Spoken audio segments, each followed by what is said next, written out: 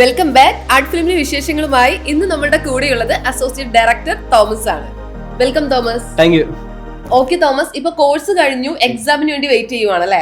അപ്പൊ ആ ഒരു ടൈം പീരീഡിലായിരുന്നോ ഈ ഒരു ആർട്ട് ഫിലിം ഡയറക്ട് ചെയ്യാനുള്ള ഒരു ചാൻസ് കിട്ടിയത്? ഓക്കെ, ഇപ്പൊ ഇങ്ങനെ വന്നിരിക്കും ഒരു ഇന്റർവ്യൂ ഒക്കെ കൊടുക്കുന്നൊക്കെ വിചാരിച്ചിട്ടുണ്ടായിരുന്നോ? ഒരിക്കലും ഇല്ലായിരുന്നു. ഓക്കെ, ഇപ്പോഴുള്ള ഫീലിംഗ് എന്താണ് തോമസ്? ഹാപ്പി ആണെന്ന് അറിയാം, അതിന്റെ എക്സ്ട്രീം ലെവൽ എന്താണ്? ശരിക്കും പറഞ്ഞാൽ അൺഎക്സ്പെക്ടഡ് ആയിട്ടാണ് ഈ സംഭവമല്ല. ഒരിക്കലും പ്രതീക്ഷിച്ചൊന്നുമില്ല ഇങ്ങനത്തെ കാര്യങ്ങളൊക്കെ നടക്കുന്നുണ്ട്. ആദ്യമായിട്ടാണ് ഇതുപോലെ ഒരു സംഭവം, ഇതുപോലെ ഒരു വീഡിയോയിലൊന്നും ഇങ്ങനെ പങ്കെടുത്തിട്ടൊന്നുമില്ല. പെട്ടെന്ന് അജ്മൽ സാറാണ് എൻ്റെ ഡയറക്ടർ. പിന്നെ സാറ് പെട്ടെന്ന് വിളിച്ചിട്ട് പറഞ്ഞു, നിന്റെ അസിസ്റ്റന്റ് ആക്കുവാണ്, അസോസിയേറ്റ് ഡയറക്ടറാണ് എന്നൊക്കെ പറഞ്ഞ്. ഞാൻ അന്നേരം പെട്ടെന്ന് ഞെട്ടിപ്പോയി. ഇത് എന്താ സംഭവം എന്നൊക്കെ. ഞാൻ തന്നെയാണോ? എനിക്ക് ചെയ്യാൻ പറ്റുന്നൊന്നും വലിയ പ്രതീക്ഷയൊന്നും ഇല്ലായിരുന്നു. പക്ഷെ സാറെല്ലാം പറഞ്ഞു തന്നു. പിന്നെ എൻ്റെ ടീമിന്റെ ഇതാക്കി ഓരോരുത്തർ ലിസ്റ്റ് കാര്യങ്ങളൊക്കെ നോക്കാൻ പറഞ്ഞ്. അപ്പോൾ എനിക്ക് ചെറിയൊരു ഐഡിയ ഒക്കെ കിട്ടി. പിന്നെ സാറ് സ്ക്രിപ്റ്റൊക്കെ എനിക്ക് തന്നു. അപ്പോൾ അതൊക്കെ വായിച്ചു നോക്കാൻ പറഞ്ഞു. അതൊക്കെ വായിച്ചു നോക്കി. അപ്പോൾ എനിക്ക് ചെറിയൊരു ഐഡിയ ഒക്കെ വന്നു.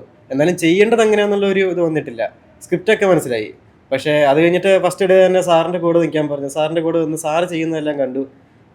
സാറ് ചെയ്യുന്നതെല്ലാം കണ്ട് തന്നെ പഠിച്ച്. അപ്പോൾ നല്ല എക്സ്പീരിയൻസ് ഒക്കെ തന്നെയായിരുന്നു. നല്ല കഷ്ടപ്പാടുണ്ട്. ശരിക്കും പറഞ്ഞാൽ 1 മിനിറ്റത്തെ ഒരു വീഡിയോ ഉള്ളൂ. 2 ദിവസം നല്ല കഷ്ടപ്പാടുണ്ടായിരുന്നു. രാത്രി പകലായിട്ട് ഷൂട്ട് ചെയ്തു, പകൽ രാത്രിയായിട്ട് ഷൂട്ട് ചെയ്തു. നല്ല കഷ്ടപ്പാടുണ്ടായിരുന്നു. എന്തായാലും അസോസിയേറ്റ് ഡയറക്ടർ എന്നൊക്കെ ഉള്ള ഒരു കഷ്ടപ്പാട് എനിക്ക് തന്നെ നല്ല കഷ്ടപ്പാടായിരുന്നു. അപ്പോൾ സാറിൻ്റെ കാര്യം പറയണ്ടല്ലോ, നല്ല എക്സ്പീരിയൻസ് ആയിരുന്നു എന്തായാലും. ഓക്കെ, ഇപ്പൊ നമുക്കൊരു ഓണം പ്രോഗ്രാമിനിടയിൽ നമ്മൾക്കൊരു ഭാവിയിലെ ഫ്യൂച്ചർ ഫിലിം മേക്കർ അവാർഡ് കിട്ടി, അതും അനൂപ് ചാക്കോ എന്ന് പറയുന്ന അത്രയും ഒരു പ്രമുഖ ഒരു വ്യക്തിയുടെ കയ്യിൽ നിന്ന്. എങ്ങനെ ഉണ്ടായിരുന്നു? അപ്പോ ഞാൻ അതും പ്രതീക്ഷിച്ചിട്ടൊന്നുമില്ല. വീഡിയോ കാണിക്കുമെന്ന് എനിക്കറിയായിരുന്നു. പക്ഷെ അങ്ങനെ ഒരു മൊമെന്റ് ആദ്യമായിട്ടായിരുന്നു. പിന്നെ അതുപോലെ ഒരു സെലിബ്രിറ്റിയുടെ ആദ്യമായിട്ടാണ് അങ്ങനെ ഒരു ഇത് മേടിക്കുന്നത്. ആദ്യമായിട്ടാണ് അങ്ങനെ ഒരു അവാർഡ് കിട്ടുന്നതെന്ന് തന്നെ. മീഡിയ പോലത്തെ ഒരു കോഴ്സ് ചൂസ് ചെയ്യാൻ വേണ്ടി ഫാമിലി സപ്പോർട്ട് ആയിരുന്നോ? അവരോടൊക്കെ ഓക്കെ ചെയ്തോളൂ എന്ന് പറഞ്ഞ ഡിസിഷനോട് കൂടിയിട്ടായിരുന്നോ തോമസ് വന്നത്? സപ്പോർട്ടായിരുന്നു അവരെല്ലാം. പണ്ട് പോലെ ഈ ഫോട്ടോഗ്രാഫി എനിക്ക് നല്ലൊരു താല്പര്യമായിരുന്നു. പക്ഷെ ഞാനങ്ങനെ എല്ലാവരോടും പറഞ്ഞിട്ടൊന്നുമില്ല. ഫോണിലൊക്കെ ഫോട്ടോസൊക്കെ എടുത്ത് അങ്ങനെ നടക്കുമായിരുന്നു. ക്യാമറ ഇല്ലായിരുന്നു എനിക്ക്. അതുകൊണ്ട് തന്നെ ഫോണിലൊക്കെ ആയിരുന്നു കൂടുതലും ഫോട്ടോസും വീഡിയോസൊക്കെ എടുക്കുന്നത്. അപ്പോൾ പതിയെ എല്ലാവരൊക്കെ എൻ്റെ ഫോട്ടോസൊക്കെ കണ്ട് നല്ലതെന്നൊക്കെ പറഞ്ഞു. വീട്ടുകാരൊക്കെ പറഞ്ഞു, ഫ്രണ്ട്സ് കാര്യങ്ങൾ റിലേറ്റീവ്സ് ഒക്കെ പറയുന്നുണ്ട്. അപ്പോൾ ഞാനിതിനു മുമ്പ് വേറെ ജോലിയായിരുന്നു. ഞാൻ മെക്കാനിക്കായിരുന്നു. അത് കഴിഞ്ഞിട്ട് ഇപ്പം എൻ്റെ ഫോട്ടോസൊക്കെ കണ്ടിട്ട് തന്നെ എല്ലാവരും ഇങ്ങനെ പറയുന്നുണ്ട്, എടാ നല്ലതാണ്, ഇതുപോലൊരു കോഴ്സ് നിനക്ക് പഠിച്ചുകൂടെ, ഈ ഫോട്ടോഗ്രാഫി പഠിച്ചുകൂടെയെന്ന്. അപ്പം ഞാനിങ്ങനെ അതുവരെ ഞാൻ മുമ്പൊന്നും ആലോചിച്ചിട്ടൊന്നുമില്ല. എല്ലാവരും ഇങ്ങനെ പറഞ്ഞു കഴിഞ്ഞപ്പോൾ ഞാനിങ്ങനെ ഫോണിൽ യൂട്യൂബിൽ ഇൻസ്റ്റയിലൊക്കെ ഒന്ന് തപ്പി നോക്കിയപ്പം ഇവിടെ ആൻവിയസ് മൾട്ടിമീഡിയയുടെ ഒരു ആഡ് കണ്ട്. അപ്പോൾ അതിൽ കോൺടാക്ട് ചെയ്തു. അപ്പോൾ ഇവിടുത്തെ കാര്യങ്ങളെല്ലാം എനിക്ക് പറഞ്ഞു തന്നത്. അങ്ങനെ പറഞ്ഞു തന്നപ്പോൾ എന്നാൽ പിന്നെ ഇവിടെ അങ്ങ് ജോയിൻ ചെയ്യാന്ന് കരുതി. അങ്ങനെ ഫോട്ടോഗ്രാഫി കോഴ്സ് എടുത്താ. ഓക്കെ, പറഞ്ഞു തന്ന പോലെ അല്ലെങ്കിൽ പുറമേ നിന്ന് നോക്കി കണ്ട പോലെ തന്നെയായിരുന്നു ആൻവ്യൂസ് അവിടുത്തെ ഒരു 6 മന്ത് ജേർണിയില്? ശരിക്കും ഞാൻ എക്സ്പെക്ട് ചെയ്തതല്ല, അതിലും വലിയ കാര്യങ്ങളൊക്കെയാണ്. ശരിക്കും ഞാൻ വിചാരിച്ച ഫോട്ടോഗ്രാഫി എന്ന് പറയുമ്പം വരിക, ഫോട്ടോഗ്രാഫി പഠിക്കുക, പോവുക, ഇത് മാത്രമായിരുന്നു എൻ്റെ മനസ്സിലുണ്ടായിരുക. പക്ഷെ ഇവിടെ വന്നു കഴിഞ്ഞപ്പോൾ ശരിക്കും ഒരു ഫാമിലി പോലെ തന്നെ ഒന്നും പറയാൻ കിട്ടില്ല. അതിലും വലിയൊരു എക്സ്പെക്ടേഷൻ ആണ് കിട്ടില്ല. പല കാര്യങ്ങളൊക്കെയാണ്. നമുക്ക് എന്തൊക്കെ ടാലന്റ് ഉണ്ടോ ആ ടാലന്റ് എല്ലാം പുറത്തെടുക്കാൻ പറ്റുന്ന ഒരു സംഭവമാണ്.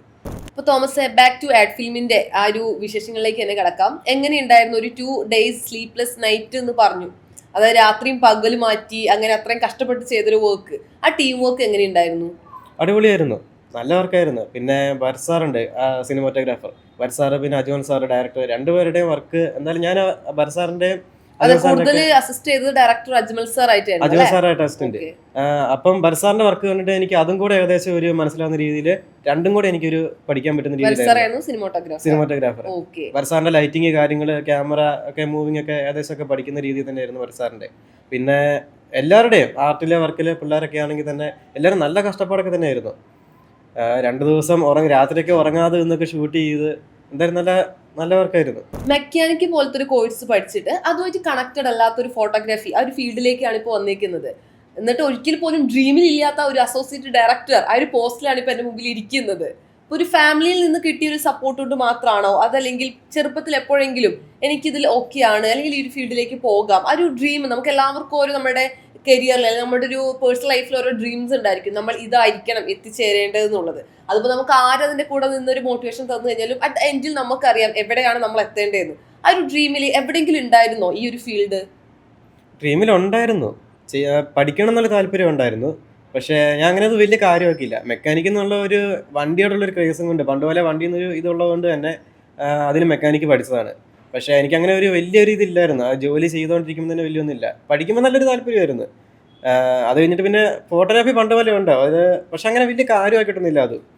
വണ്ടിയുടെ താല്പര്യം കൊണ്ട് മാത്രം മെക്കാനിക്ക് പഠിച്ച് അത് കഴിഞ്ഞ പിന്നെ എപ്പോഴേലുമൊക്കെ ക്യാമറ ഉണക്കി ഫോട്ടോ എടുക്കുന്നു ഇത് മാത്രമേ ഉണ്ടായിരുന്നുള്ളൂ. പിന്നെ എല്ലാവരും പതിയെ പതിയെ പറഞ്ഞു തുടങ്ങി ഫോട്ടോസ് കൊള്ളാം അങ്ങനെയൊക്കെ വന്നിട്ട് ആണ് ഇവിടെ ജോയിൻ ചെയ്തത്. പിന്നെ ഇവിടെ വന്ന് ഇത്ര എത്തി, എന്തായാലും അസോസിയേറ്റ് ഡയറക്ടർ എന്നൊരു നിലയിലെത്തി, അതെനിക്ക് തന്ന്. എന്തായാലും ഇനിയിപ്പോൾ ചെയ്യാൻ പറ്റുന്നൊരു കോൺഫിഡൻസ് ഉണ്ട് എനിക്ക്. ഇനി ഇതേപോലത്തെ ഒരു കോഴ്സ് ചൂസ് ചെയ്യാൻ നിൽക്കുന്ന സ്റ്റുഡൻസിനോട് എന്ത് അഡ്വൈസ് ആണ് തോമസിന് നൽകാനുള്ളത്? ഫോട്ടോഗ്രാഫിക്ക് വരുന്ന ഒരു സ്റ്റുഡൻ്റ് ആണെങ്കിലും വീഡിയോഗ്രാഫിക്ക് വരുന്ന സ്റ്റുഡൻ്റ് ആണെങ്കിലും എന്നെപ്പോലെ തന്നെ ഇപ്പം ഞാനിപ്പോൾ വന്നത് ഫോട്ടോഗ്രാഫി എന്നൊരു കോഴ്സ് കണ്ടിട്ട് അത് വെറുതെ പഠിച്ചിട്ട് പോകുക എന്നുള്ള രീതിക്ക് മാത്രമാണ് ഞാൻ വന്നത്. ഞാനങ്ങനെ പ്രതീക്ഷിച്ചത് തന്നെ. അങ്ങനെ ഇവിടെ ആൻബിയസിൽ വരുന്നൊരു സ്റ്റുഡൻ്റ് ആണെങ്കിൽ അവരോട് പറയാനുള്ളതെന്ന് പറഞ്ഞാൽ അവർക്ക് എന്തൊക്കെ ഒരു ടാലൻ്റ് ഉണ്ടോ അതെല്ലാം പുറത്ത് കാണിക്കാനുള്ള ഒരു അവസരം കൂടെയാണത്. വെറുതെ ഫോട്ടോഗ്രാഫി വീഡിയോഗ്രാഫി പഠിച്ച് പോകാൻ വേണ്ടി മാത്രമല്ല, അവർക്കിപ്പോൾ വേറെ എക്സ്ട്രാ എന്തൊക്കെ ടാലൻ്റ് ഉണ്ടോ അതെല്ലാം പുറത്ത് കാണിക്കാം. തോമസിന് പറയാനുള്ളതെല്ലാം കേട്ടു. പക്ഷെ ഇതോടെ കഴിയുന്നില്ല. അടുത്ത വീഡിയോയിൽ അടുത്ത ആളുമായി നമുക്ക് ഒരിക്കൽ കൂടി കാണാം.